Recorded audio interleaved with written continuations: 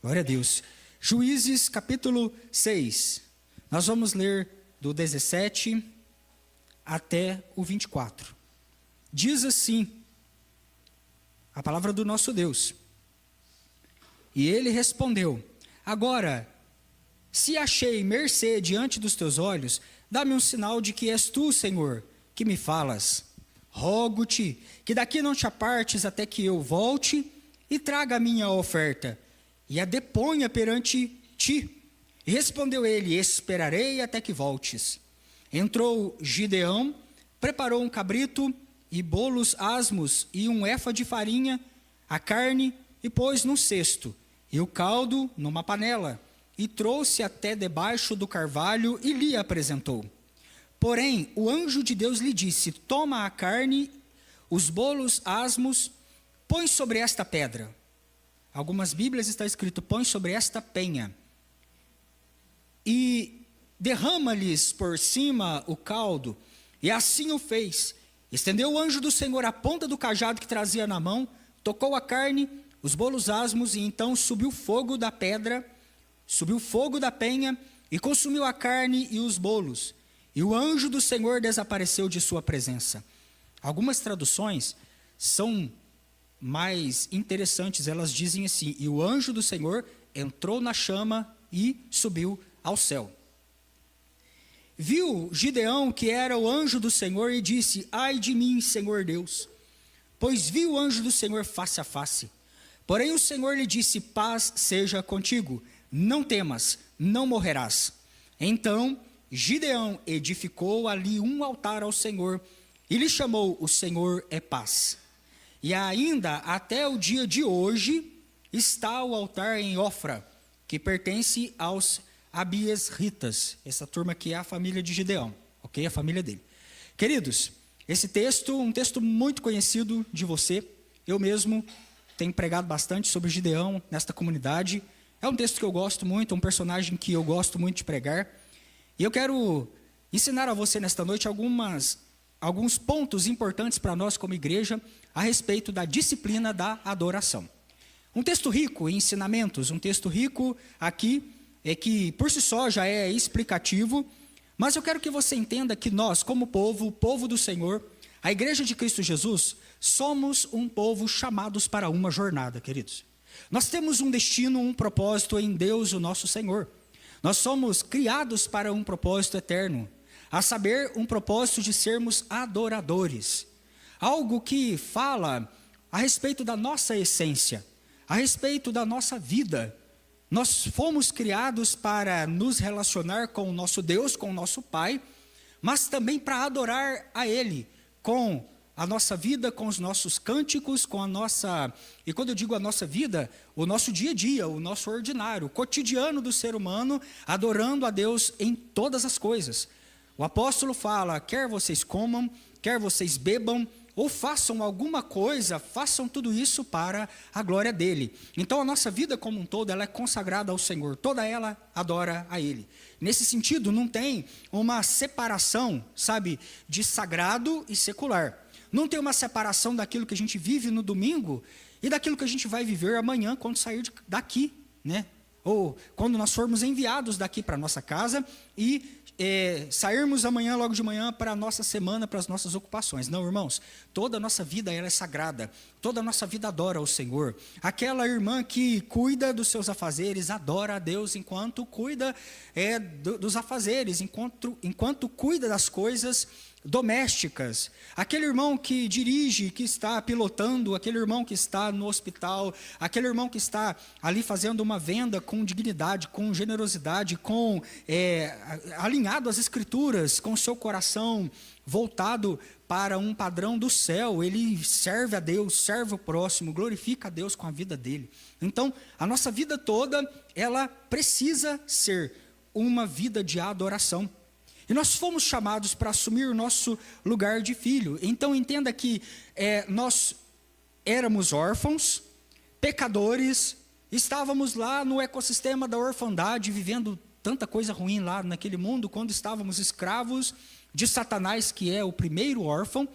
Mas depois que fomos alcançados pela cruz, e agora nós temos uma filiação, nome de filho, temos a mesa do Pai, a presença do Pai, e agora nós somos esses filhos adotados à mesa do nosso Senhor. E nós temos uma nova vida, estamos debaixo de uma nova jurisdição, de um novo ecossistema, estamos debaixo de uma nova lei que está sobre nós.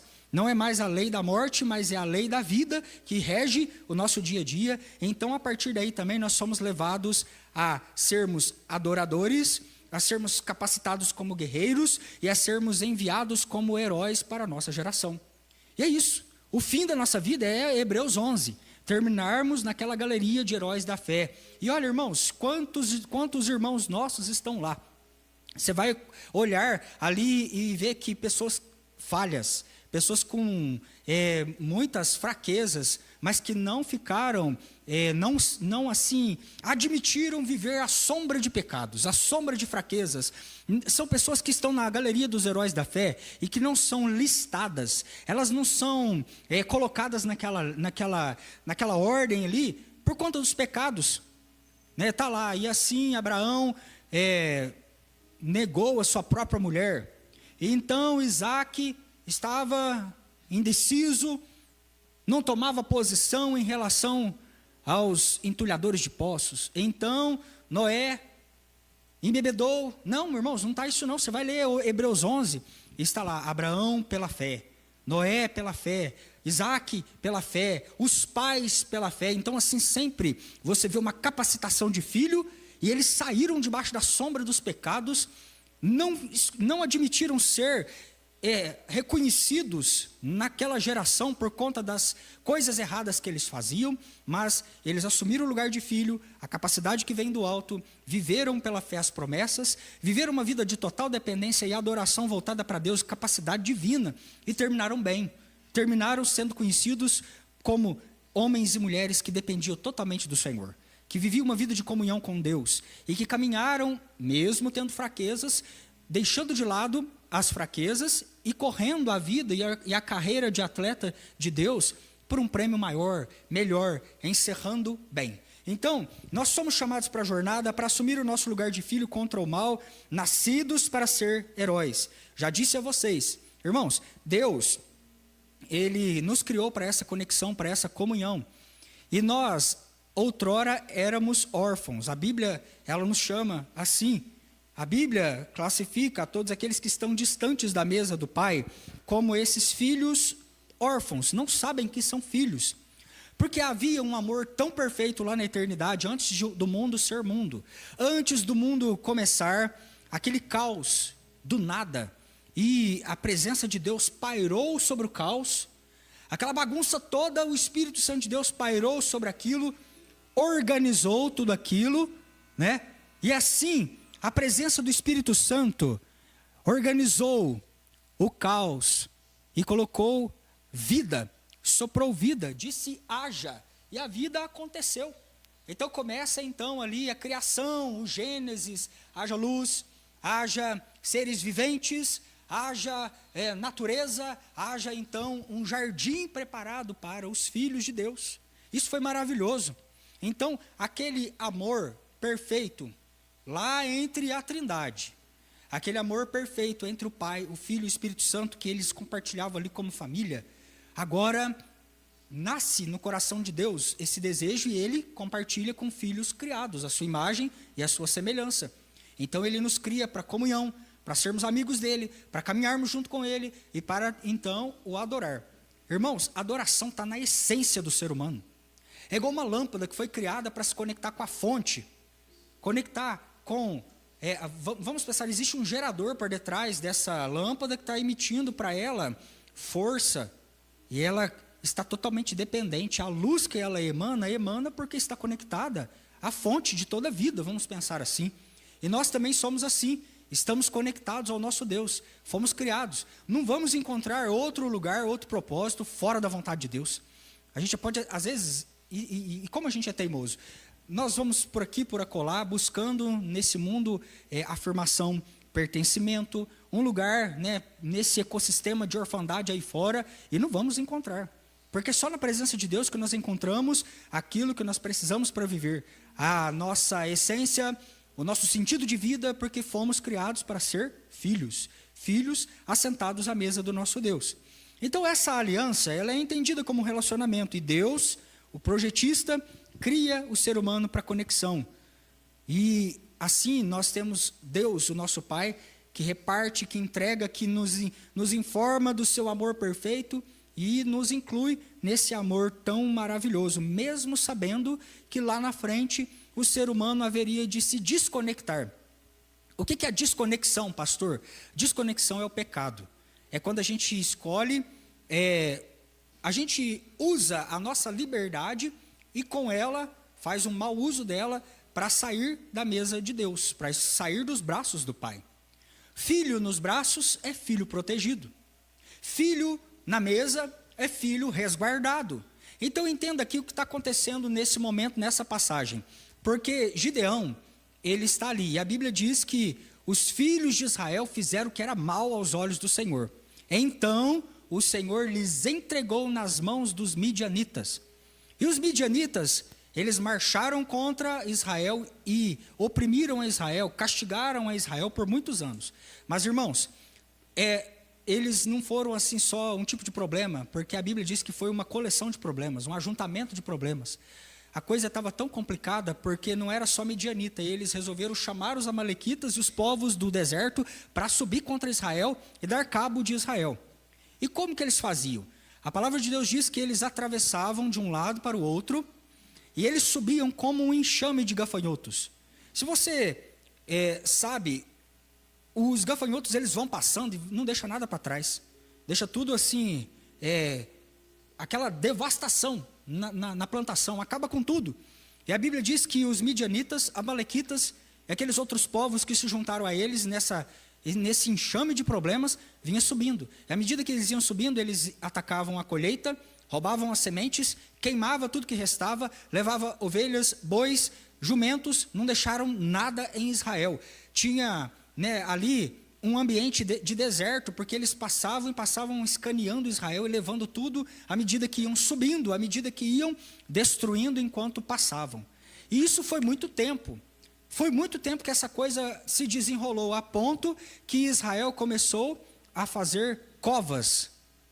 Pensa para você ver, meus irmãos, eles são os donos da terra, eles são os filhos, os donos daquela herança, uma herança recebida por Deus, e agora eles começam a se esconder dentro de buracos, cavernas que já estavam cavadas na época, e cavernas naturais, achava ali um buraco, uma cova, uma caverna que já tinha na natureza, e tocava lá dentro.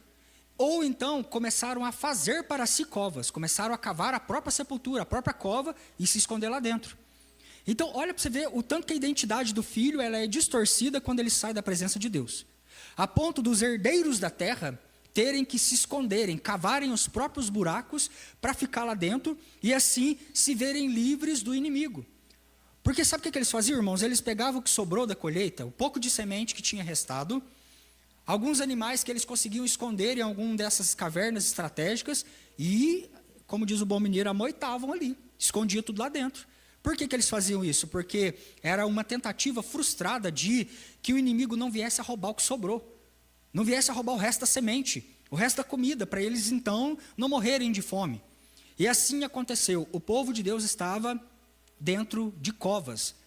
E alguns deles, como Gideão, dentro de um lagar.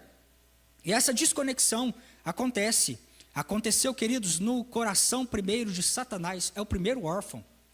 A Bíblia diz que no coração de Satanás achou-se iniquidade. Ali dentro começou toda coisa. Porque ele olha para Deus e no entendimento de Satanás, ele diz, a mesa de Deus para mim não é o bastante. A presença do Pai para mim não é o bastante, eu preciso de algo além, eu preciso de mais. Eu preciso de mais do que isso que eu já tenho. Então ele rompe essa conexão de filho e agora ele se torna um órfão. Ele abandona a presença de Deus. Ele sai da presença de Deus. E a missão de Satanás, o primeiro órfão, desde então se tornou corromper os filhos, para que ele possa então incutir. O que significa isso? Inculcar na cabeça das pessoas que nós, filhos, seres humanos, somos também órfãos, imerecedores da graça, distantes do Pai, pecaminosos por essência, Sabe, resumindo, a missão do diabo, o primeiro órfão, é dizer para você: você não tem jeito. Não tem jeito. Não tem jeito para você com esse pecado. Não tem perdão para aquilo que você fez. Não há graça suficiente para a tua vida. Ou então, às vezes, ele vem de uma forma sutil. A graça por compartimentos, a graça por conta-gota, a graça por medida. Para essa coisa até dá para perdoar. Mas aquilo que você fez, aquilo não tem perdão. Ou aquela área, Deus não conserta.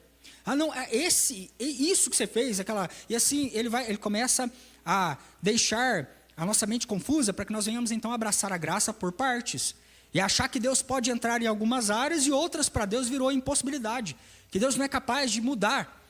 Queridos, há um movimento de Deus em direção aos filhos, para que todos voltem à mesa. Há um movimento, e quando eu digo assim, Deus está caminhando em direção a você, igreja amada, para reafirmar no teu coração de que você é filho, que você é amado, que você é destinado para um propósito, que você é adorador por excelência. Aleluia!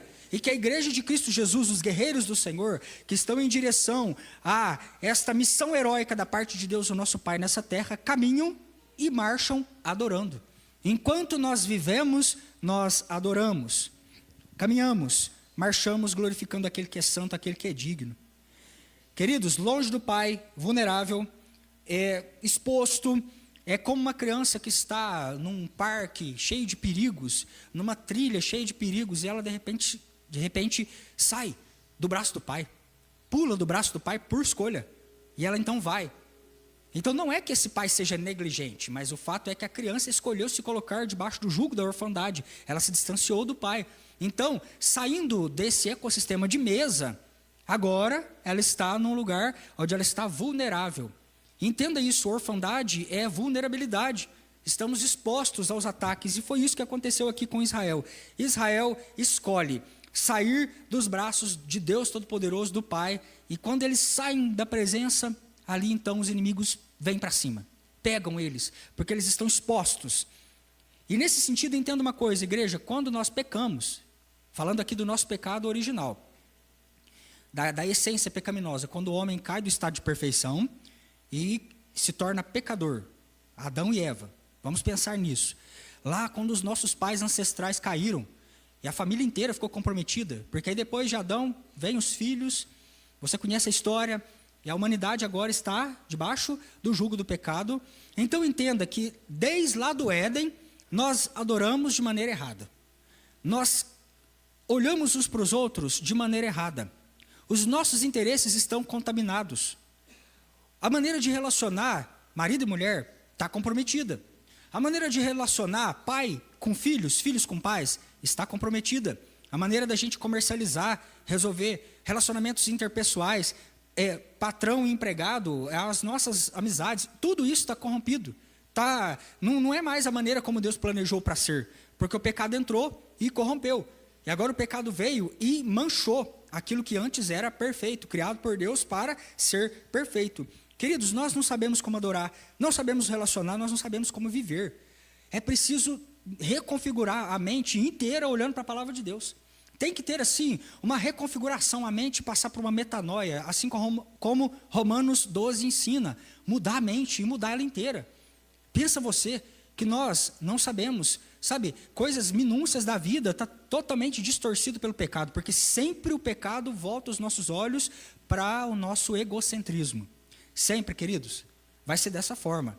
É o ego do ser humano, o tempo todo lutando para voltar o ser humano para o trono e tirar Deus do controle, tirar Deus do comando. E a gente sempre irá lutar para que nós sejamos deuses de nós mesmos, senhores de nós mesmos. E assim a vida vai prosseguindo. Nesse aspecto aqui, os midianitas, eles representam esses ataques. Os amalequitas representam esses ataques. Poderia chamar, cada um deles, nomear cada um deles. O tempo nosso não vai permitir isso. Mas você entende que quando os filhos estão expostos, os ataques começam. Ataques à orfandade. Sabe, ataques da orfandade contra os filhos. E é muito, muito interessante porque o inimigo aqui, ele destrói a plantação em crescimento. Ele rouba a semente, ele não deixa a semente na mão do povo. O que está acontecendo aqui? Uma vida de órfão, quando você não entende que você tem um pai no céu, e que você é filho de Deus, e que você agora está debaixo de uma graça, de um perdão, do sangue do Cordeiro, a nossa vida passa a ser uma vida de órfão, uma vida torturada e vendida nas mãos dos midianitas e dos amalequitas. Então todo o futuro está comprometido, casamento está comprometido, amizade está comprometida, profissão está comprometida, chamado ministério está totalmente comprometido, irmãos, porque agora o amalequita, o midianita, ele rouba semente. Irmão, semente, ela é símbolo de legado, de futuro. Não vai ter, vai plantar o quê? O inimigo marchou contra a tua casa, marchou contra a tua família, roubou a tua semente. Aí você olha e fala assim, poxa, mas agora vai plantar o quê? Como é que vai colher? Então aqui, pensa que Israel estava comprometida no hoje e no amanhã. O amanhã daquele povo estava totalmente comprometido, porque agora esses inimigos estavam marchando e dando contra o povo de Deus, destruindo e comprometendo o futuro, chamado a descendência deles. Irmãos, a orfandade tem escravizado uma geração, roubado o seu propósito. Sabe, essa orfandade é um sentimento de não pertencimento. E aí nós vamos olhar, encontrar o grande herói da fé, Gideão, malhando trigo no lagar. Quem é que malha trigo no lagar? Lagar é um espaço onde você leva uvas e ali faz o vinho. Então é apertado, é desconfortável, porque para poder malhar trigo você precisa de espaço, não é? Vocês lembram lá da colheita do feijão, não era? Que tinha que botar o feijão ali no pátio para poder tirar a palha do feijão e para poder então ensacar esse feijão. Né? Quem é da roça sabe disso. E é a mesma dinâmica. Imagina você fazendo um movimento daquele com trigo dentro de um lugar apertado, um lugar de fazer vinho. Então ali tudo era um ambiente de aperto, um ambiente de pouca luz sobre as circunstâncias, um ambiente de sufoco. E assim estava esse rapaz, com a identidade totalmente comprometida, um homem malhando trigo no lagar. E ele foi assim empurrado lá para dentro para esconder do seu propósito por conta desses inimigos, sabe? Mas, irmãos, eu louvo a Deus pela graça, a graça de Cristo que nos chama para a mesa e muda o nosso destino. Aleluia! Porque entenda que Gideão está aqui, nesse estado, e agora Deus se move em direção a Gideão. Ele vai de encontro a Gideão. É a graça que se move. Nesse movimento, e presta muita atenção, porque na Bíblia é cheio disso. É cheio desse negócio de Deus vir até os filhos. Quando Deus está vindo até os filhos, dentro desse movimento está um ensinamento para nós, que a salvação não é por obras, não é por merecimento, não é por coisas que nós venhamos a fazer ou o quão desejáveis aos olhos do Senhor nós possamos ser. Tinha alguma coisa Gideão para oferecer naquele dia? Não tinha. Tinha alguma coisa que Gideão poderia chamar a atenção de Deus? Não tinha, queridos. Mas o movimento da graça é um movimento de pai que vem até os seus filhos. Porque assim aconteceu conosco. Nós não tínhamos nada, mas um dia o Senhor Jesus veio até nós. Ele nos encontrou nos nossos lagares. Ele nos encontrou nas nossas covas, onde nós estávamos ali escondidos, sabe? Aquém do propósito que Deus tem para a nossa vida, vivendo uma vida de órfão lá dentro, de apertos, castigado pelo inimigo. Mas agora a graça nos encontra, perdoa, salva e chama para a mesa. Chama para a mesa, eu te escolhi para um glorioso propósito, a saber, adoradores. Aleluia. E assim nós começamos, irmãos. Todo filho precisa se tornar um adorador. É a primeira parte. Porque quando o anjo do Senhor, isso aqui é uma teofania. O que é teofania? É quando esse anjo do Senhor aqui é o próprio Cristo que está ali apresentando para Gideão. Ele apareceu lá no Antigo Testamento, de uma forma que Gideão poderia vê-lo sem morrer, né, sem se desintegrar ali na frente daquele anjo do Senhor. Agora ele vem até esse filho e se apresenta diante dele. Tem uma conversa muito interessante, e nós poderíamos explorar toda ela sobre o quanto a graça trabalha em nós a filiação, e é um texto muito conectado com Romanos 8, a respeito de sermos esses filhos amados, adotados, filhos que muitas das vezes não se sente capaz, porque Gideão fala, Senhor, o Senhor está falando que é eu que sou escolhido? Além de ser escolhido para ser guerreiro, adorador, herói, eu ainda vou ser escolhido para levar outras pessoas após mim, libertar pessoas, libertar cativos. O Senhor está dizendo que a minha família depende do meu posicionamento. O Senhor está dizendo que a minha família depende de mim. O Senhor está dizendo que o avivamento que o Brasil precisa depende, que começa no meu coração. Ah, Senhor, o Senhor não sabe. Eu sou o menor. A minha tribo, a de Manassés, é uma das menores de Israel. E nesse diálogo aqui, o tempo todo, o anjo do Senhor está curando o Gideão. E dizendo a ele, você é filho. Pode ser pequeno, mas é filho. Pode ser insignificante, mas tem poder de filho. E assim o tempo todo ele está falando de adoção, falando de sermos levados de um lado para o outro como filhos tecnon para filhos ruiós, filhos que não têm maturidade, bebês espirituais, para filhos maduros que possuem herança. Queridos, quem é que saca a herança se não for o herdeiro? Quem tem o sinete? Quem tem o anel? Quem tem a chave do cofre? Quem tem a assinatura ou o testamento? Paulo está falando a respeito disso lá em Gálatas. É necessário que sangue corra e que esse testamento assinado com o sangue de Jesus ele venha, para que nós então como filhos venhamos a tomar posse da nossa herança e sermos empossados na autoridade de filhos. Assim aconteceu com Gideão nesse texto anterior aqui ao qual nós lemos hoje nesta noite. O tempo todo o anjo está falando com ele, está colocando ele na posição de filho. Você é filho. E é uma sequência que ele vai a cada vez mais, ele vai saindo do lagar. Ele vê a luz, ele contempla a luz, e agora ele é transportado para a mesa. Ali em Ofra, havia um carvalho. Debaixo do carvalho havia uma pedra, uma penha, você leu aí. E nós vamos olhar para essa pedra como se fosse uma mesa de pedra. E o tempo todo pensa assim, porque naquele dia Gideão usa dessa pedra como uma mesa para colocar a oferta dele em cima. Então é nesse tempo, nesse momento que o pai está chamando o filho, venha para a mesa. O seu lugar é na mesa, o seu lugar é em comunhão, o teu lugar é em conexão profunda com um Deus que te criou para um propósito nessa terra. Você não foi criado para ficar escondido dentro de uma caverna, você foi criado para ser adorador. 3 pontos importantes desta conversa: Gideão está na mesa, o anjo do Senhor está ali. Agora ele já entendeu que ele é filho, porque o anjo diz para ele, eu hei de ser contigo, vá. Você vai libertar Israel da mão dos inimigos. Eu hei de ser contigo. O pai não envia o filho numa missão suicida. Nas nossas jornadas, queridos, dessa terra, o Senhor Deus caminha conosco, segura as nossas mãos e nos leva em segurança até o nosso destino. Aleluia. E assim esse pai diz para Gideão, eu hei de ser contigo. Já que eu estou contigo, você ferirá os midianitas como se fossem um só homem. Como se fossem um só homem. Então, perceba uma coisa, 3 pontos que eu preciso que você entenda. Enquanto Gideão está aqui agora, a mesa está posta, o Senhor está na cabeceira da mesa. Nesse ponto, Deus está levando o Gideão a se lembrar que ele é um adorador por excelência. Irmãos, o Salmo de número 115, lá no versículo 8, ele fala que nós nos tornamos parecidos com aquilo que a gente adora.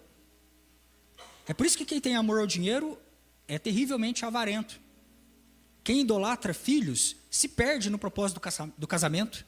Então nós ficamos apequenados no nosso propósito, aquém daquilo que Deus tem para a nossa vida.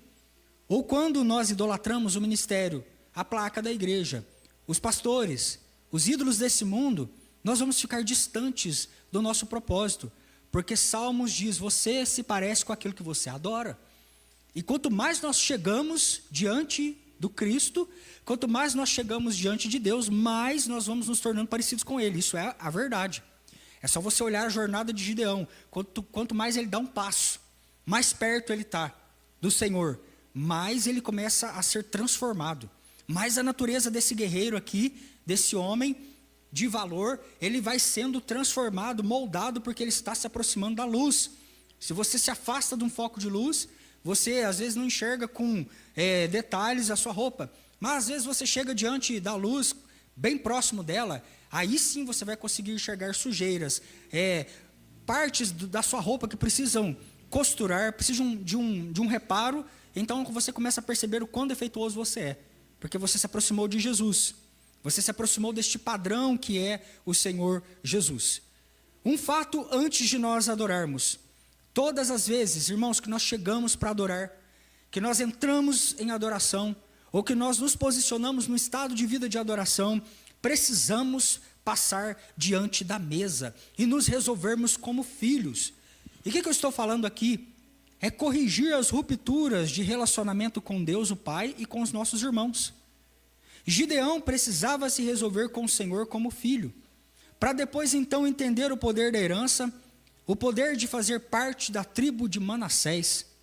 Efraim recebeu mais porque a missão de Efraim era maior, era mais difícil.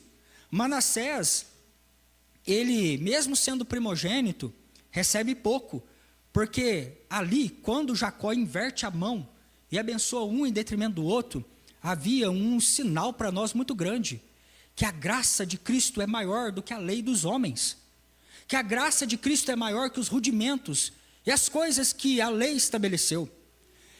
O José é um homem entendido da lei, é governador do Egito, lá no passado. E ele olha e fala assim: não, pai, o senhor está velhinho demais, colocou a mão para abençoar o menor, mas é o maior, que é o primogênito, que detém o direito. Jacó fala: não, é o pequeno que eu vou abençoar. E ele abençoa Efraim com uma porção maior, transmite sobre Manassés uma porção aos olhos de José menor. Queridos, isso aqui está ensinando para nós, não é a lei, não é a lei desse mundo, lei de primogenitura, as leis que estabelecem, sabe, é a graça de Cristo, é o favor. Ali naquele momento Jacó estava ensinando para nós, que mesmo que nós tenhamos sobre nós uma lei que determina, uma lei que serve de tutor, uma lei que nos acompanhou até que a plenitude da graça se revelasse, a graça é esta mão anciã, é a mão de Jacó que vem sobre nós, e que mesmo nós passando por muitas dificuldades, enfrentamentos dessa vida, ela oferece aquilo que é necessário para que nós venhamos a possuir a nossa porção na terra prometida. Aleluia! E foi assim, porque Manassés entra e possui a parte dele de um lado do rio, a parte dele de um lado, uma grande terra. Ele se estabelece ali. E dessa tribo vem, o Gideão. E parece que essa tribo, queridos, era assim, especialista em produzir heróis da fé, porque logo ali depois, um pouquinho adiante, o Jefité também vem da mesma linhagem. Então é uma tribo de heróis, valentes, homens que conhecem que são pequenos, que são falhos, mas que são herdeiros de uma poderosa graça. E é assim. Então, irmãos, é a primeira coisa. Enquanto a gente se enxerga órfão, sabe, essas picuinhas, essas mágoas. Imagina se Gideão começa a ficar preocupado. Mas lá no passado, a maldição hereditária lá, não sei, ou aquela coisa mal resolvida de família, ou aquela, sabe, essas coisas lá de trás que veio travando. Mas por que o Jacó não pôs a mão, naquilo que era meu direito como Manassés, o primogênito, para receber a parte da herança? Não, Gideão não fica olhando para essas coisas. Gideão fica olhando para a graça que tem acompanhado essa linhagem até aqui. E ele possui o poder da herança espiritual em Cristo Jesus. Eu sou agraciado. A graça de Deus se moveu até mim. Eles vieram, ele veio até mim, cheio de graça, cheio de bondade. O Senhor me encontrou em Ofra, Ele está me esperando à mesa. Ele estendeu a mão e me tirou lá do lugar, de um lugar sem identidade, de um lugar sem pertencimento, onde eu estava totalmente perdido. E agora a mão do Senhor vai, retira esse juiz, esse herói, esse guerreiro, esse adorador e coloca na mesa. E é assim, irmãos, primeira coisa, para adorar, precisamos entender que somos filhos. Porque sempre a gente fica um passo atrás, preso com coisas do passado, coisas mal resolvidas, traumas, sabe, se sentindo menor, se sentindo apequenado no sentido assim, não mereço. Não posso chegar. E assim, o anjo está chamando: Gideão, se resolva. Para você passar para essa fase e ser um adorador, você precisa se resolver com Deus, se entender como filho, entender o poder da herança, de fazer parte da tribo, e assim, a partir daí, se relacionar corretamente uns com os outros.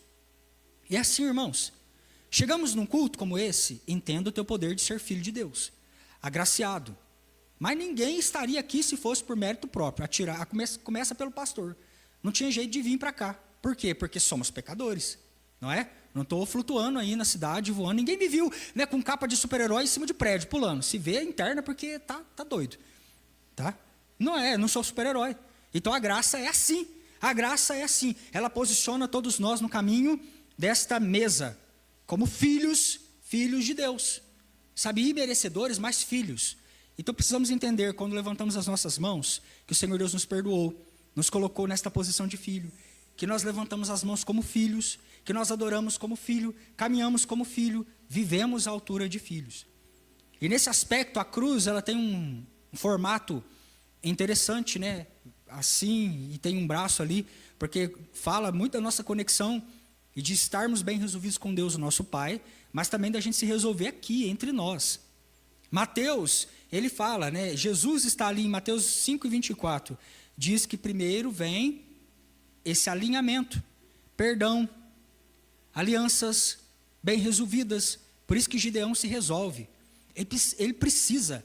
Não é à toa que está escrito aqui, eu sou o menor da tribo de Manassés. E o anjo começa a afirmar ele.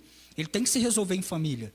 Porque enquanto a coisa estiver mal resolvida assim com Deus e entre os irmãos, não dá para nós adorarmos em espírito e em verdade. E é lá que nós precisamos chegar no final do culto. Não tem como. Mateus 5:24. Jesus está dizendo, primeiro o perdão, a aliança, para depois vir diante do altar fazer a oferta. Não adianta, irmãos, quebrar o pau em casa e chegar aqui e levantar as mãos. Em espírito, em verdade, te adoramos. Uma família sem qualquer falsidade, vivendo a verdade. Já pensou se Jesus fulmina todos nós, igual fez com Ananias e Safira, diante de uma hipocrisia dessa? Para depois sair ali fora e se pegar com marido e mulher, xingando um ao outro. Está tudo errado. Então, primeiro Jesus falou, se resolva comigo. Gideão, se resolva com a sua família também. Primeiro se resolva, depois vem diante do altar, ou adorar, ofertar, levantar as mãos. É a primeira coisa, irmãos, precisamos sair de casa alinhados. Chegando já aqui com todas as coisas assim alinhadas, assim como o Gideão fez, para nós então levantarmos as nossas mãos. Mãos redimidas e santificadas para Ele.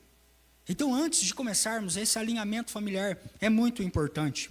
Paulo está incentivando a nós também nos resolvermos com os nossos irmãos na fé. Quero, portanto, que os varões orem em todo lugar, levantando mãos santas, mãos purificadas, sem ira e sem animosidade, sem raiva e sem briga, sem pendência. Então, entre nós também não pode haver este espírito de ira entre nós, as brigas mal resolvidas, olhando um para o outro torto, sabe? Irmãos, precisamos resolver nesse aspecto também, para que a nossa adoração flua diante do nosso Deus. Chegue até o Senhor. Mais um texto bíblico, precisamos dar base a este estudo. Esse é um culto de ensino hoje. 1 João, capítulo 4, 19 e 20. Nós o amamos porque Ele nos amou primeiro. É assim. Primeiro Deus desce, vai até Ofra. Ele ama Gideão, ministra, é uma operação de graça. Traz Gideão para perto, aí depois nós somos capazes de amar a Ele. Irmãos, nem isso a gente dá conta de fazer sozinho. Amar a Deus. Se Ele não nos capacitar a amá-lo, nós pelas nossas próprias obras falhas não conseguiríamos entender e sermos capacitados a chegar diante dEle. Porque tudo é pela graça do nosso Deus. 1 João está dizendo isso. Nós amamos porque Ele nos amou primeiro. Se alguém disser ama a Deus e odiar o seu irmão, é mentiroso. É mentiroso, pois aquele que não ama o seu irmão a quem vê, não pode amar a Deus que não vê. Olha a seriedade disso. E é quando as coisas apertam que de fato sai o que está lá dentro. Quando chega tribulação, quando nós precisamos resolver conflitos, assentar na mesa e termos conversa de família, conversas difíceis, olho no olho, aí então se revela o que está do lado de dentro do fruto. Por isso que é tão complicado. É mais fácil, irmãos, é muito fácil. Você entra num ciclo e vem. O filho tecnon vai caminhando, né, vai sendo... E aí, naquela fase, o pastor lembra teu nome, ele te liga toda semana e manda mensagem, sabe? Te presenteia, toma café. É aquela maravilha. Os irmãos, todo mundo lembra teu nome. Todo mundo te cumprimenta. Aí, de repente, o próprio Deus vai te encaminhando para a maturidade. Afinal de contas, o filho não vai ficar para sempre no colo da igreja, dessa mãe. De repente, o filho começa a caminhar. Primeiro tombo, primeiro joelho ralado, primeira decepção familiar.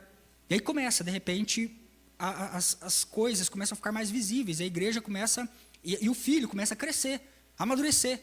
E Deus está empurrando para que fruto do Espírito seja gerado. Ele vai precisar perdoar alguém, ter paz, domínio próprio, fé para acreditar que aquele irmão vai chegar lá também. E aí nesse ponto que muitas das vezes nós erramos feio. Porque é muito mais fácil nós sairmos, quebrarmos aliança com a igreja, irmos para outra igreja, reiniciar todo o processo de novo. Colinho, telefonema de pastor, agradinho da igreja. E aí, de repente, lá, quando a coisa começa a apertar para a pessoa amadurecer, ele espirra para outra igreja e vai ficar nesse eterno ciclo de berçário. Não sai do berçário nunca, não cresce. Porque é necessário passarmos essa fase familiar. Aí vai ter que sentar com o irmão da igreja, perdoar, relevar, amadurecer, conversar, orar uns pelos outros, jejuar, ler a palavra. Tem que crescer, queridos, para chegar na estatura de Ruiós, filho maduro. Filho maduro, porque somente filhos maduros acessam a herança. Sabe, essas coisas que têm acontecido aqui e acolá, essa inconstância que está no mundo, muitas das vezes tem respingado na igreja também. A gente vê aí fora, empresários queixam tantas das vezes da instabilidade das pessoas, né, da inconstância, e isso às vezes afeta, é algo que o inimigo tem respingado na igreja também. E às vezes nós somos tentados a falar, eu não preciso disso, eu vou lá para a igreja do fulano. Né? E aí eu lá vai começar todo o ciclo novamente. A gente muda de culto, um vem no primeiro, outro vem no segundo. A gente muda de lugar, né, de cadeira para não ficar perto da pessoa. E aí o que nós vamos arrumar quando as trombetas soarem? E todo mundo tomar o mesmo rumo, indo para o céu. Já imaginou? É perigoso, porque com esse sentimento aqui, nós não vamos sair nem do chão. Não é? Porque assim, é perigoso. Nós amamos a Deus. Ele nos amou primeiro. E se alguém diz que ama o irmão, mas odeia, peca com a mentira. Porque não tem como falar que não, né, não se resolver com uma pessoa que está vendo, e o outro que nem vê, que é Deus, dizer que ama, isso é mentira. Então nós precisamos pensar sobre isso, porque assim isso atrapalha. Sabe, nós não conseguimos nos relacionar com Deus em adoração, com uma situação dessa mal resolvida.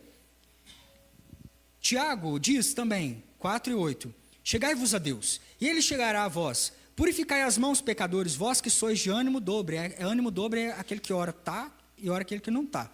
Limpai o vosso coração. E nesse sentido, o apóstolo está dizendo e incentivando a igreja à santidade. Seja santo, busque a santidade, confesse os seus pecados, caminhe conforme as Escrituras têm nos ensinado a caminhar. Lembre-se que você é filho e não mais um órfão. Que você não é escravo do pecado, você está numa nova vida, e essa nova vida é um novo ecossistema, e é uma nova jurisdição. Paulo fala muito disso em Romanos capítulo 7, e o 8 também, ele vai falar muito. O que é esse negócio de jurisdição, pastor? É assim, Alfenas manda aqui na parte de Alfenas, Alterosa manda lá, né, no quintal deles, não é assim? E assim nós vamos prosseguindo, cada um cuidando daquilo que é seu. E é assim também, lá no ecossistema da orfandade, é midianita, é amalequita, é o chicote do diabo na tua nuca, todo santo dia, é pecado, é escravidão, é aquele que cai e levanta o tempo todo, e o inimigo age dessa forma. Por quê? Porque estamos debaixo de uma legalidade, de uma jurisdição, é o terreno dele. Ali quem manda é ele, vamos falar assim. Por quê? Porque nós entregamos para ele essa legalidade. Mas quando você é perdoado, empossado na autoridade de filho, e assim você passa de um lado para o outro, e a lei da morte, e a lei do pecado, Paulo fala dessa forma, não tem mais autoridade sobre a tua vida agora, quem rege os teus sentimentos é o Espírito Santo de Deus. É Deus quem toma conta da nossa vida. E é tão lindo porque o ecossistema, o município do Espírito Santo, é regido por Ele. Ele dá as ordens lá dentro. E é um ambiente de paz, alegria, gozo no Espírito Santo de Deus. Inclusive, o próprio Espírito Santo de Deus está gerando em nós, né? O fruto está nos levando a sermos mais parecidos com Cristo Jesus. Lá são outras leis. Você não está debaixo mais de lei, né, de Satanás, devendo coisas a Satanás. Isso tem nome, se chama justificação. Filhos justificados. Mas, irmãos, há também uma face de filho, um comportamento de filho, um andar de filho, um andar de adorador. Não dá para ficarmos comportando igual nós fazíamos lá na velha vida, nesse lado de cá. Não tem condição. Porque ali agora é uma nova lei que impera sobre nós, é a graça. Então precisamos mudar. Precisamos mudar de vida, melhorar. Porque nós estamos debaixo de uma nova autoridade. Nesse sentido, é o incentivo à santidade, que o Tiago, o apóstolo Tiago, o irmão de Jesus, está falando. Que essa graça nos confere ousadia para entrar na presença do Senhor. Mas também, não ficar titubeando em duas posições, mas estar ali sustentado para permanecer com prerrogativas de filho, direito de filho, rosto de filho, roupa de filho, posição de filho, sabe? Depois você anota aí Hebreus 12, 14 e Mateus 5 e 8, porque existe uma chave espiritual nesse sentido. Nós estamos na mesa pela graça, e é pela graça, queridos. Não é nada sobre nós, tudo é pela graça do Cordeiro. Aleluia. Glorifica o Senhor Jesus. Até aqui você está entendendo? Amém? Segundo ponto. O caminho de todo herói passa pelo secreto. Antes de ir para a guerra, o filho precisa passar um tempo a sós com seu pai. Não tem jeito, queridos. Quer terminar como um herói da fé? Descubra o caminho do secreto. Entra nele. Permanece nele. Sabe, não se esqueça do caminho do secreto, porque todo guerreiro, antes de ir para a luta, precisa passar lá. Precisa ouvir Deus. Foi assim com Gideão. Gideão, primeiro, antes de fabricar arma, organizar exército, ele vai ficar sós com Deus, no secreto. Ele passa um tempo em adoração. E a verdadeira adoração, ela é, antes de tudo, espiritual. Por isso, não tem como darmos soluções carnais. Para alinhamento, nesse culto hoje, todo o ensinamento é espiritual. Não é sobre afinação de microfone, de instrumento. Embora a técnica e a excelência façam parte do percurso, é extremamente importante. Antes de tudo, a base disso é uma vida de adorador, dedicada a Ele, uma vida de secreto. O reflexo das nossas vidas num culto como esse, sabe, o reflexo da nossa adoração, ele é reflexo da nossa vida privada. Então não tem como chegar aqui e cair da cadeira, sabe, cheio da unção, se nós em casa não estamos buscando. Se essa aqui é a única refeição semanal que nós vamos fazer, uma hora como essa não dá para esgotar, queridos. Não dá para esgotar. Para embasar um texto como esse aqui, para nós caminharmos no ensino da adoração, é muito tempo conversando. E olha lá, não vamos esgotar o assunto. Então, assim, um culto semanal não é suficiente. Tem que ser algo cultivado. É comunhão, é intimidade com Deus.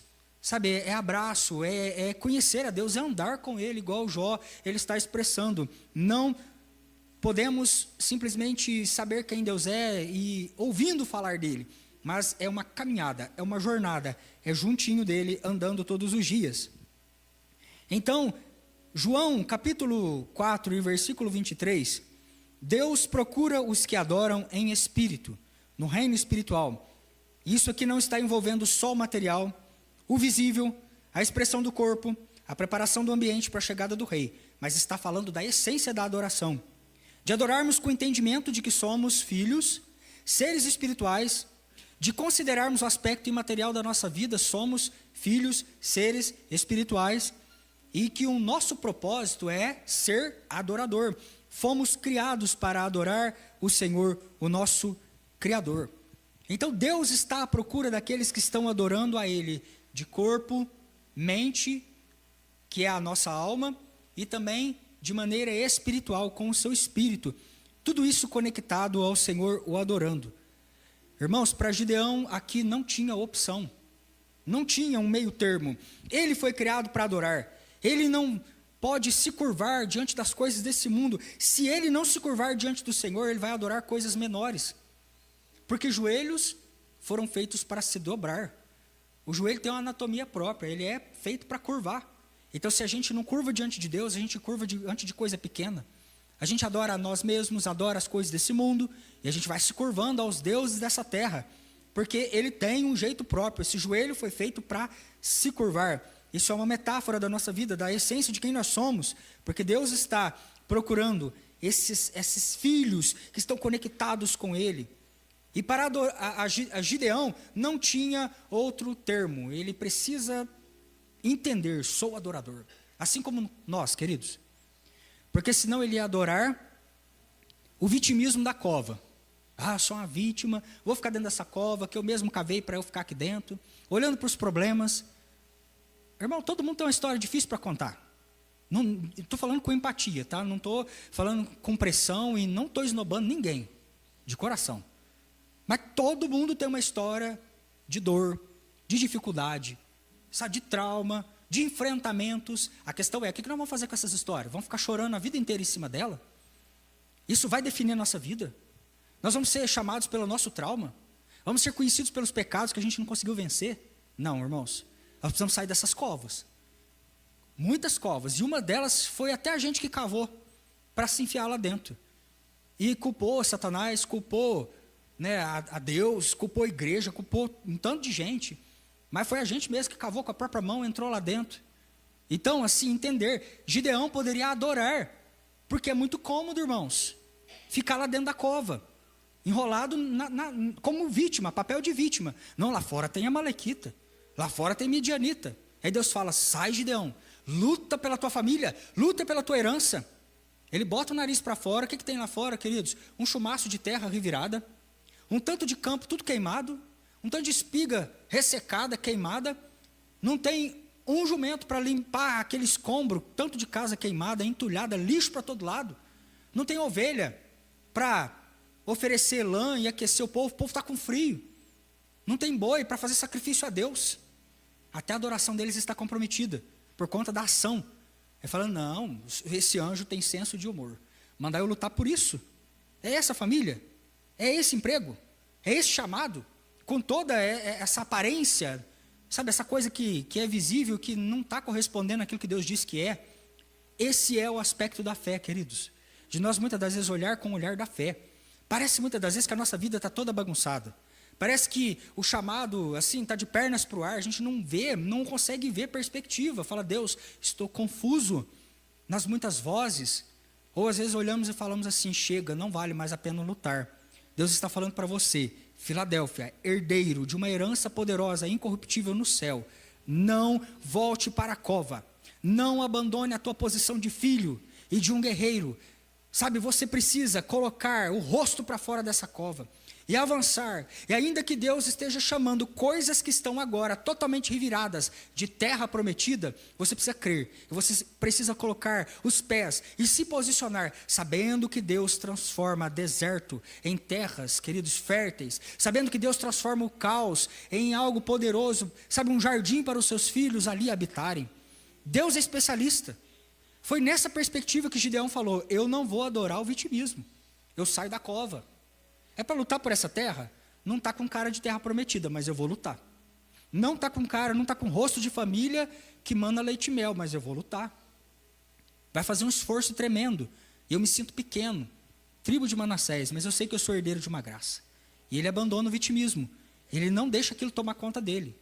Ele abandona o lagar, porque lagar é lugar de ativismo religioso.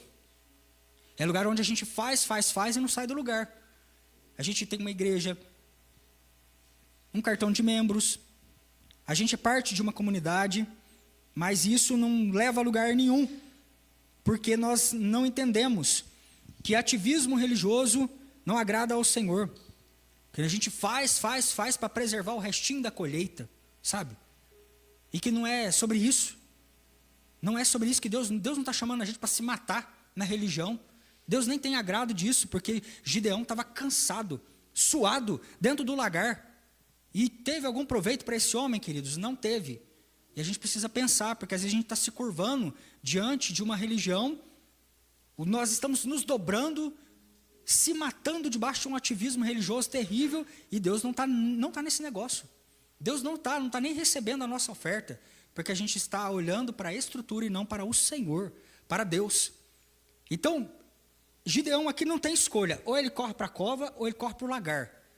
Ou ele vira um ímpio afundado no pecado, ou ele vira um religiosão da vida, malhando trigo no lagar. Para ele só tinha um caminho, queridos, é para fora.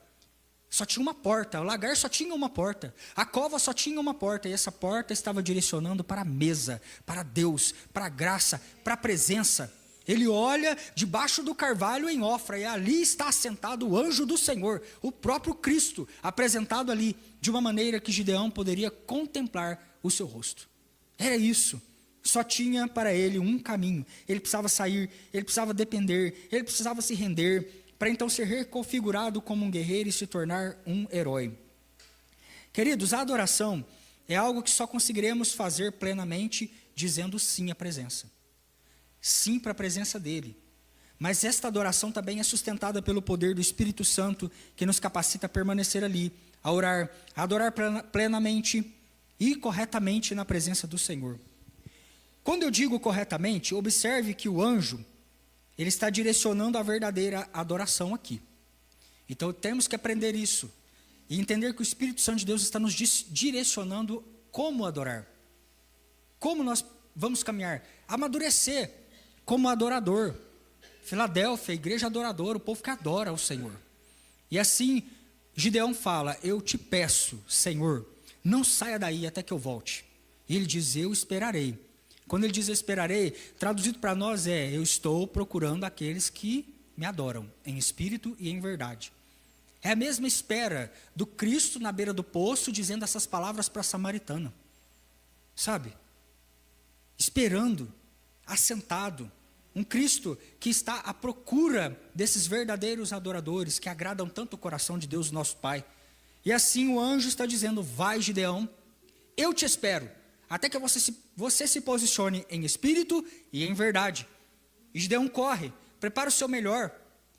Isso aqui é tão lindo, porque o próprio anjo vai direcionando. E quando a oferta está no altar, alinhada, porque o anjo vai falando assim, não, coloca a carne assim, bota o caldo dessa forma, ajeita esse altar aí, Gideão. Então, quando tudo está alinhado com o padrão do céu, o anjo toca com o cajado e a chama acende. Aí o fogo vem, porque agora nós estamos com o coração alinhado com o coração de Deus, com o padrão do céu, queridos. E assim, o Espírito Santo é aquele que vai direcionando, assim como ele fez com a samaritana, e ali foi curando, foi direcionando, foi ensinando ela como adorar, ela foi aprendendo. Assim o Espírito também aqui estava fazendo com o Gideão, o direcionando para a verdadeira adoração, a maneira correta de adorar. Porque no versículo 20, tem uma maneira certa de se apresentar diante dele. Primeiro, a adoração exige entrega. Segundo, a adoração exige um culto genuíno, uma forma de se expressar. Então aqui no versículo 20, o anjo está dizendo assim, porém, o anjo de Deus lhe disse, toma a carne, os bolos asmos, põe sobre esta pedra, derrama-lhe por cima o caldo, e assim o fez. Gideão obedeceu. É do jeito de Deus, queridos, não é do nosso jeito. Não é do jeito que a gente acha que pode fazer. Sabe, tem uma maneira de adorar. Isso não tem nada a ver com temperamento. Ah não, eu sou mais sanguíneo, então eu pulo. Sou mais colérico, então eu me expresso mais, sou mais expansivo. Eu sou melancólico, então é mais para dentro. Não, irmãos, não existe, a adoração não está restrita a temperamento, não está restrita ao que a gente fala e chama de o meu jeito. Existe um modo próprio de adorar. A Bíblia fala, palmas, cânticos, expressões de gratidão ao Senhor. Então Deus é digno de ser adorado, habita no meio dos louvores, mas não é do nosso jeito. A gente chega e joga de qualquer maneira. Porque a Bíblia diz que quem tem fôlego, louva. Não é quem está afinado, não é quem veio preparado, quem está ensaiado, não, quem tem fôlego. Então se nós temos fôlego, estamos vivos, adoração, rendição. Irmãos, dentro, sabe, da ordem, da decência, adorar o Senhor, levantar as mãos, fechar os olhos, abrir a boca, dizer a palavra ao Senhor. E às vezes a coisa fica complicada, porque tem pessoas que até assim, que vem, emburra, não adora, não reconhece, volta com o coração endurecido, sabe, quando do lado Deus está descendo na cabeça da outra pessoa. E às vezes existem pessoas que até têm vontade de adorar, mas a desconexão, o pecado está tanto, que a pessoa não sabe o que ela chama Deus. Deus, tu és, o que ele é, eu não sei, não leio Bíblia, não vou na escola bíblica, não conheço. Deus, né? Deus é Pai, Deus é bom, Deus é onipotente, onisciente, é eterno, é santo, é glorioso, é maravilhoso, é príncipe da paz, é conselheiro. Isso você vai aprender se relacionando com a palavra, sabe? Então os novos na fé, coma essa palavra, abraça essa palavra, venha na escola bíblica, sabe? Se empenha, não desvia nem para um lado nem para o outro. O teu caminho é no caminho da palavra. Porque nós vamos expressar, salmodiar, saber o que nós chamamos o nosso Pai, relacionando com o nosso Pai. Nós nos tornamos parecidos com aquilo que nós adoramos. Então, muitas das vezes, não é porque a pessoa não quer, é porque ela não sabe. Ela nunca leu a Bíblia. Ela não teve boa vontade de estudar a palavra de Deus, então não sabe nem o que chama o Pai dela. E é assim, para elogiarmos o nosso Pai, precisamos ter comunhão com Ele, abraçar Ele, sabe, perseguir. Onde o Pai põe o pé, nós colocamos o nosso pé também, aprendendo como expressar a maneira certa. Então, adorar exige uma entrega, exige uma maneira, existe, sabe, o abrir das bocas. Cantamos assim, então eu levanto as minhas mãos, mas é didático, tem que levantar as mãos, queridos, não pode contar mentira na hora da música. Né? Cantamos, vamos levantar as mãos, aí a estrofe está falando disso, é algo que nós vamos fazer como família. O sujeito cruza o braço. Não, mas agora eu quero ficar com o braço cruzado. Né? Deus mandou levantar a mão, não, mas eu quero ficar assim. Né? Existe uma maneira. Salmos estão nos ensinando sobre isso. Está nos ensinando o tempo todo, queridos. Então nós precisamos aprender com a palavra de Deus. Olha o Gideão. Porque adorar exige uma entrega. O tempo era de escassez. Gideão tinha poupado ali dentro um pouquinho de semente. Tinha uma colheita ali dentro. Uma comida ali dentro. Tinha talvez vaca, não sei, um bezerro, porque tinha carne também. Alguma ovelha, não sei, porque ele matou ali e ofereceu, né, diante do altar. Então, num tempo de escassez, onde Gideão poderia ter poupado para si, falou, o quê? Eu vou guardar para mim, igual Esaú fez, para o apetite do meu ventre. Eu não quero adorar. Eu não quero levantar minhas mãos. A minha casa está toda uma bagunça. Para que eu vou adorar? Ou então ele reservar para si, sabe? Essas coisas, igual Esaú fez. Esaú, ele jogou fora aquilo que era eterno, a primogenitura, aquilo que era valor, aquilo que era maravilhoso, que disso dependia o destino dele. E Esaú joga fora e abraça uma tigela, um cozido de lentilhas. E Gideão poderia fazer da mesma forma. Ah, não, eu não entro nesse negócio de adorar. Lutar por uma terra que está toda devastada. Entregar para Deus algo que me custa. Vai ter que cozinhar, vai ter que matar essa vaca, vai ter que preparar essa carne, vai ter que botar na pedra, vai ter que preparar o bolo, o asmo, amassar. Isso aqui não durou né, tão pouco tempo, irmãos. A gente pula de um versículo para o outro rápido, mas isso aqui durou um tempo estimado. Teve que preparar o novilho, teve que preparar essa carne, assar esse bolo, levar, colocar ali. Então, adorar, muitas das vezes, custa. Davi falou, eu não quero oferecer para Deus algo que não vai me custar nada. E é assim que entra algo que nós chamamos de sacrifício de louvor. Adorar a Deus quando não há senso de merecimento. É adoração, querido, sincera. Quando você está enfermo, quando está com escassez, quando está com problema, quando tudo está revirado de pernas para o ar, então você chega e oferece a Deus. Está doendo, está custando, mas você abre a tua boca e oferece, se entrega. Porque a verdadeira adoração exige uma entrega. Foi assim com Gideão. Ele poderia ter saciado o seu ventre, mas ele abre mão, derrama no altar para o Senhor. Porque ele entendeu que a adoração envolve desprender, entregar. Não é sobre o que nós queremos, é sobre o que Deus é a pessoa dele. A gente reconhece quem ele é e se relaciona com esse ser. A adoração exige coração genuíno. É uma forma de se expressar para tocar o coração do Pai. Já aprendemos. Primeiro, vida alinhada. Expressões ordinárias, o que é isso? É o dia a dia. Então, a adoração não vai acabar quando a gente encerrar o culto. Ela prossegue amanhã. Deus está sendo adorado pela tua vida, glorificado através de você. É as expressões ordinárias, comunitárias, né, como orar junto, cantar junto, louvar, que é quando você louva por aquilo que a mão dá, oferece, a mão de Deus. Então você louva, agradece porque ganhou, recebeu. Mas a adoração é algo mais profundo, que é um relacionamento com o pé de Deus, que é o que sustenta o todo dele, o caráter dele, a essência dele. E é na adoração que às vezes a gente entrega no momento que a gente não vê. Você não está vendo nada acontecendo. A vida está difícil, então você adora. Porque a adoração está relacionada com quem Deus é. Ele é fiel, Ele é maravilhoso, Ele não pode negar-se a si mesmo, Ele é Pai. Então nós adoramos o pé dEle, igual a Maria fez. Quebramos no pé dEle o perfume da adoração, porque não é mais sobre aquilo que Ele pode nos dar, é por aquilo que Ele é na nossa vida. Sabe, é adorar. O ensino da palavra, a exposição da palavra, o momento da oferta e a Santa Ceia. São momentos comunitários de nós adorarmos ao Senhor. Sabe, adorarmos ao Senhor. E esse todo, Mateus 21, 12 ao 13, o Senhor Jesus nos ensina que quando o culto perde a finalidade, Jesus aparece e vira essas mesas. O que eu estou querendo dizer? O culto é para o Senhor, não é para o benefício próprio. Mas quando nós olhamos um texto como esse, o Senhor Deus estava falando muito da limpeza do templo, mas é interessante que ele acabou de chegar no jumentinho, e ele é louvado como rei. E aonde ele vai? No primeiro ato de governo dele como rei, para o templo e vira a mesa. E ele diz, a minha casa é casa de oração. O que ele estava querendo dizer? Que o culto não é para benefício nosso, é para a honra dele. Ele estava nos ensinando que esse momento aqui, queridos, é para nós entregarmos a ele a adoração, entregarmos a ele a honra, a glória, o louvor.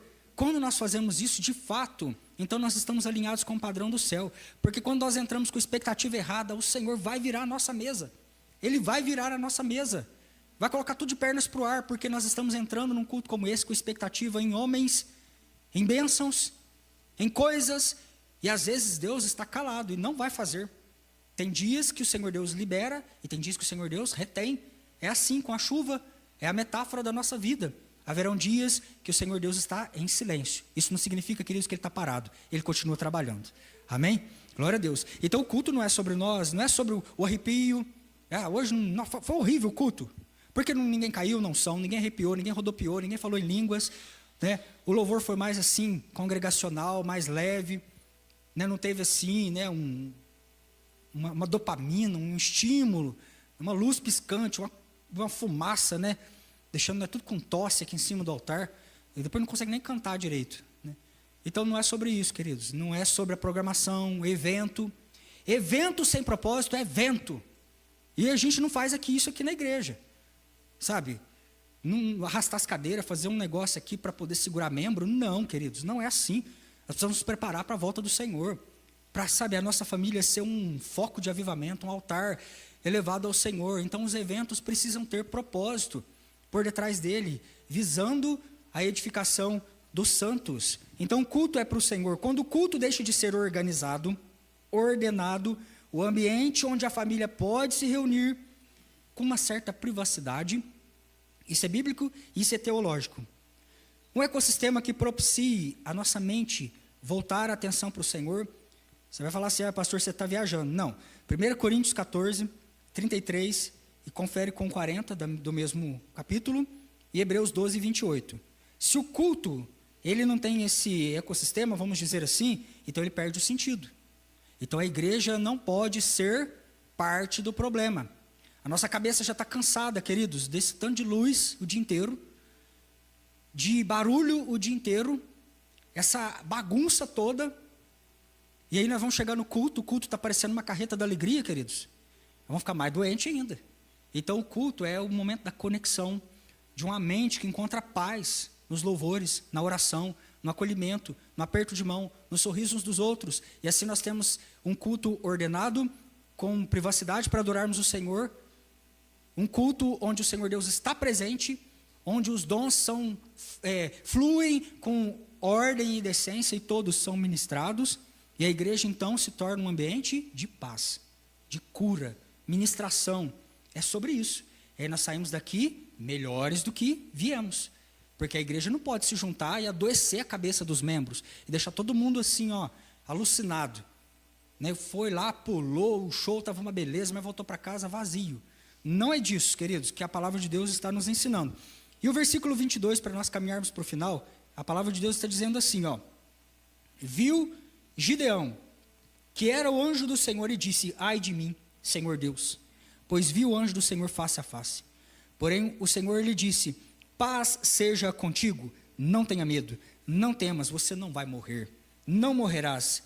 Então Gideão edificou ali um altar ao Senhor, e chamou de o Senhor é paz. E até o momento em que o escritor bíblico estava lavrando, escrevendo sobre isso, esse altar ainda estava de pé. Porque ele diz assim, e até o dia de hoje está o altar em Ofra, que pertence à família do Gideão. Aleluia, queridos, eu tenho fé para dizer que você será conhecido pela adoração da tua casa. Que o teu altar é um altar duradouro, porque é um altar para o Senhor, o nosso Deus. Sabe, sustentado pelo poder do Espírito Santo de Deus. Um altar para passar gerações e gerações, a ponto das pessoas olhar e falar assim, é daquela família, veio daquela família porque é família de adoradores. é família de adoradores, sustentado pelo poder do Espírito Santo de Deus. Hebreus 12 e 18, ele encerra dizendo, até o versículo 24, que a verdadeira adoração acontece quando nós entendemos quem Deus é, reagimos à sua presença de maneira adequada. Ela não se sustenta na performance, no que nós podemos fazer, o tanto que nós dançamos bonito, cantamos bonito, ou fazemos demais, mas ela não se sustenta nessas obras, pois ela precisa partir de um coração rendido, que viu a face do Senhor, reconheceu, eu vi o anjo do Senhor. Ele reconhece, ele se rende a essa majestade. É aprender, queridos, olhando para os serafins que estão diante do trono e cantam santo, santo, santo. Santo, santo, santo. Queridos, o que é que esses anjos estão vendo? Que eles não param de cantar santo, santo, santo, e ali fica continuamente adorando, assim como está escrito lá em Isaías capítulo 6, o versículo 3, eles não param de declarar com temor, santo, santo, santo, porque eles veem e reagem. É assim, quando você chega no culto de domingo, você sabe que o Rei dos Reis está aqui. Não é, queridos, para nós assistirmos o louvor. Quando as meninas vão ministrar a dança restaurada ao Senhor, em êxtase espiritual, adorando a Deus, não é para a gente assistir uma coreografia, não, irmãos, é para a gente se unir aos anjos que estão diante do Senhor e que estão cantando santo, santo, santo, é o Senhor dos exércitos, e assim nós reagimos, porque o Rei está aqui. É sábio reagir dessa forma, diante de um juiz da terra, a gente se alinha, a gente vai com uma roupa alinhada, porque não pode comparecer diante das autoridades dessa terra de qualquer maneira. E diante do Rei dos Reis, sábio é reagir, dizendo santo, santo, santo, ele é digno. E esse impacto da adoração fez com que Gideão reparasse o altar, um altar que durou até os dias de hoje, conforme diz esse cronista aqui, esse escritor. Atribuir adoração ao culto público somente é imaturidade. E quantas vezes nós vamos nos conectar ao fato de adorar já bem no final do rito, quando a palavra despertou a alma da sonolência espiritual, e o filho entrou no nível razoável de compreensão. Ou quando a palavra organiza os nossos sentimentos, nosso interior, e coloca sobre a mesa de pedra a nossa oferta. Então pronto, aí vem o último louvor, vem a bênção araônica, ou a bênção apostólica, ela é impetrada, e aí nós saímos secos de novo. Você está entendendo o que eu quero dizer? É que às vezes a gente demora a pegar no tranco, no final do culto que a gente começa. Vem o primeiro, o segundo louvor. A gente precisa, inclusive, organizar o nosso domingo, para chegar no horário certo. Domingo é do Senhor, é o dia do Senhor. Então, a gente chega, já foi o primeiro, a metade do segundo louvor. É complexo, porque a gente já chega em estado de alerta, estado de defensiva. É complicadíssimo. E aí, vai indo. Então, até que os sentimentos são colocados no lugar certo, e a palavra organiza o nosso interior, às vezes a gente vai pegando o tranco no final do último louvor. Aí adora e acaba. Mas na hora que a coisa está ficando boa, ainda tem que ir embora. Não é isso, irmãos. A dinâmica desse momento com o Gideão é progressiva. Então, o que acontece? Só vai aumentando, o poder só vai aumentando, a unção só vai aumentando. Então, o culto não acaba hoje quando o último louvor tocar. Ele continua lá na tua casa amanhã cedo. O culto não termina quando você voltar para casa. O altar precisa queimar lá no teu lar, no teu trabalho. A presença vai com você, queridos. O Espírito Santo não vai ficar aqui dentro. Depois que você for embora, ele te acompanha. Estou com vocês todos os dias, até a consumação dos séculos. É sobre isso, queridos. Entenda que quando a liturgia cessa, não somos despedidos, mas nós somos enviados. E para Gideão, o alinhamento daquele altar resultou em adoração duradoura, que reverberou por muitos anos e tocou muitas gerações. Eram os filhos, é o altar que permaneceu, porque não era só sobre ele, era uma adoração que continuou. Então, a nossa vida de adoração, Igreja Filadélfia, não se restringe a um encontro no culto, e ela não pode ser entendida a partir da experiência do culto. A nossa vida é um culto a Deus. Para nós encerrarmos, diga para este irmão assim: você é um culto ao Senhor, o nosso Deus. Amém, queridos?